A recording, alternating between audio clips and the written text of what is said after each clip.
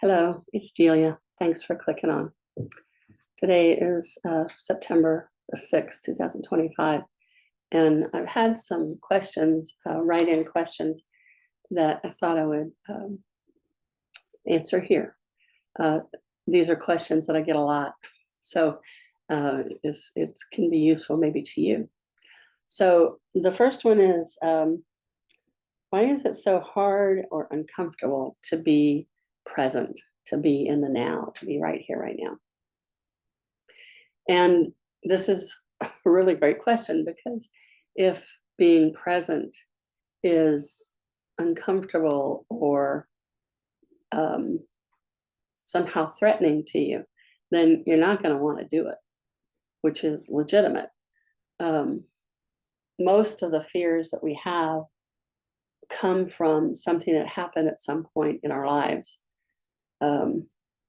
that doesn't feel safe. And so your system wants to protect you, wants to keep you safe, and so it doesn't want to go there again. So a lot of times there's a lot of misinformation in that choice. If, for instance, as a child, you are in a dysfunctional family, so that fits a lot of people, and there's one or two of the adults that are unsafe people and erratic, then being present might mean, as a little kid, you're there just watching the horrors go on, or you're listening to the fighting, or whatever it is, right? And so you get this natural conclusion that being present means you have to have all this stuff in your face all the time. And so why would you want to be present? A lot of kids learn how to disassociate at very young ages as a brilliant strategy to deal with dangerous, threatening, horrifying situations. So, and you don't have to have grown up in a family with horrifying situations to learn how to disassociate at a young age. So you decide to disassociate because it seems safer to not be present, to not be right here, right now, to not be present with whatever is going on.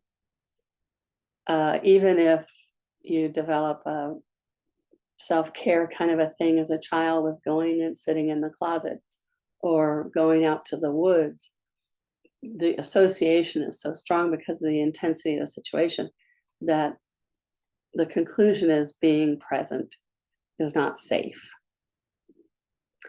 And it's not about making that decision wrong. I'm sure that decision was brilliant in the circumstances.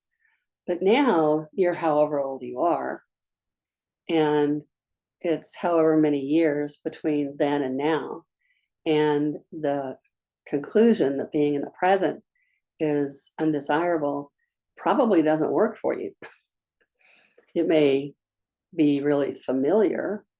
It may be something that you do automatically without even thinking about it. And there's a lot in our current society that will nurture that and support that being present is not something you want to do. But here's the interesting thing, is when you are present with your body, not like from here up, all the way into your body, and you're breathing like you have all the oxygen in the world, and you're just noticing and being aware of what's going on. You don't have to do anything about what people are doing in their own lives around you. Of course, if something is physically unsafe, if you're in an existential threat situation, the first priority is to get in a safe situation. But in the general way of things going, You can be aware of whatever games people are playing or whatever pain they're in or whatever, however they're acting out. And you don't have to take any of it personally. And when you're present, you actually have a lot more choices. Because when you're not present, when you have disassociated and you're out of your body, then your body is just left there. And your body is like, hey, wait a minute. This is not a good deal. When your consciousness isn't with your body, then your body is going to be appropriately alarmed and upset. And because it's so common in our society, you might think, oh, well, I'm upset. What am I upset for? And you start to look outside of yourself, where there's the news and there's this and there's that. And you can deduce that you're upset about those things outside of you. But if you're not coming into your body, if you're not breathing, and by breathing, I mean breathing well, shallow breathing, like when you're only in your body this much, you're probably breathing very shallow. And shallow breathing over extended periods of time is an existential threat for your body. Your body rightfully sends off all the alarms, danger, danger, because to be not breathing enough, to not have enough oxygen is a serious life and death situation for the body. So we can go for about 18 to 20 days without food. And we can go for about 5 to 7 days without water. But we can go 3 to 4 minutes without air. And of course, there are people who can hold their breath longer, but it's just like an average. It's just to give your body's point of view. It can't go without air. But shallow breathing is making it go without air. So you're setting up a physiological state of near death. So you're not like near death like a car crash, but if you're not breathing enough, you're not flourishing. Your body can't flourish. It can't oxygenate everything the way it needs to be oxygenated, which is a state of emergency, an appropriate state of emergency for the body. And it gets anxious trying to communicate with you something is wrong. And instead of looking outside of yourself, you can look inside. You can say, am I getting enough oxygen? Am I getting enough water? Am I getting enough sleep? We can go longer without sleep, but it only takes 24 hours to have cognitive decline without sleep. And in our culture, it's notorious for people to not have good enough sleep or physically enough sleep. And so the society is kind of asking you to operate without enough air, without enough food, without enough water, without enough sleep. So those 4 things are really fundamental to the body. Now, if all 4 of them are lacking, which is really common, then your body's going to be upset. Your emotions are going to be upset. You're going to be kind of borderline agitated all the time. And then you're going to think it's because of this relationship or that relationship or what's going on in the news or what's going on over there, because you're calibrated to look outside of yourself for what's wrong.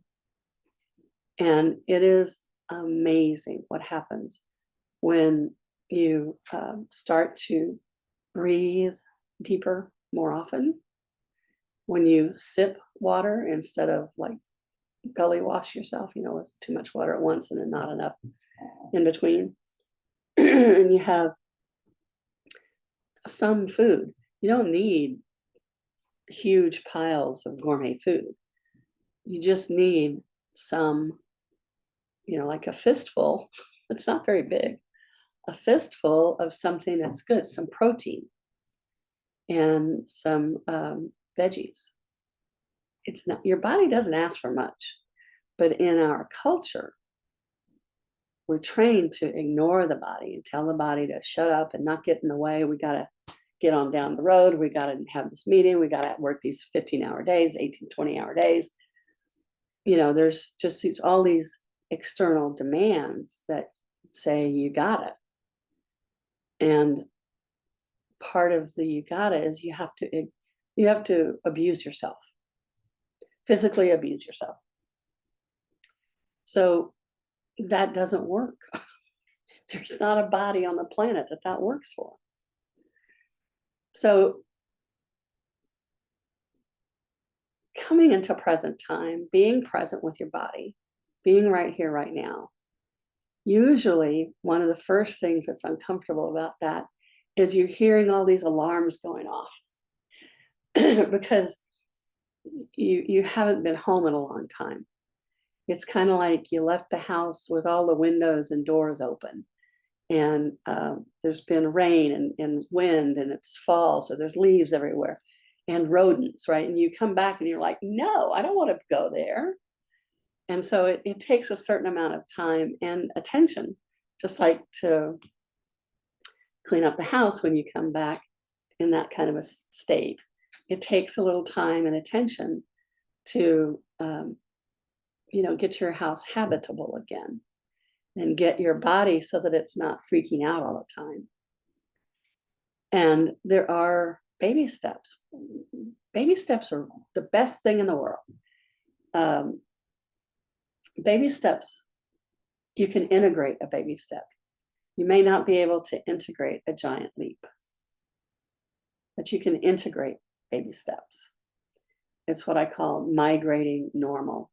You take these little tiny baby steps that you can digest and integrate and get comfortable with, a little bit more, and you end up going a lot farther and developing your spiritual senses and your ease with the world very fast.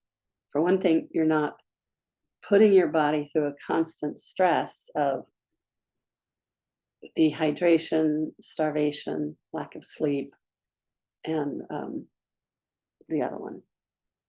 Your body understands that it's getting its needs met. And a lot of struggle in the world is from doubt that you're going to get your needs met. So when you start meeting your basic physical needs, it's going to make a huge impact on everything. A little bit of an impact today, the day that you do it, but it's also a cumulative effect, a cumulative healing when you show up for your body and you make sure you have enough sleep and food and water and air. And when that's a priority, your body starts to understand, oh, okay, so I guess I will get my needs met.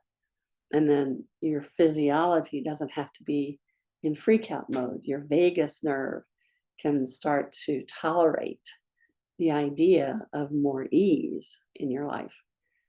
Again, if you grew up in a battle zone and you never knew, like in a minefield, and you never knew when the explosions were going to go off, it's really hard to stand down from that because you never knew, right?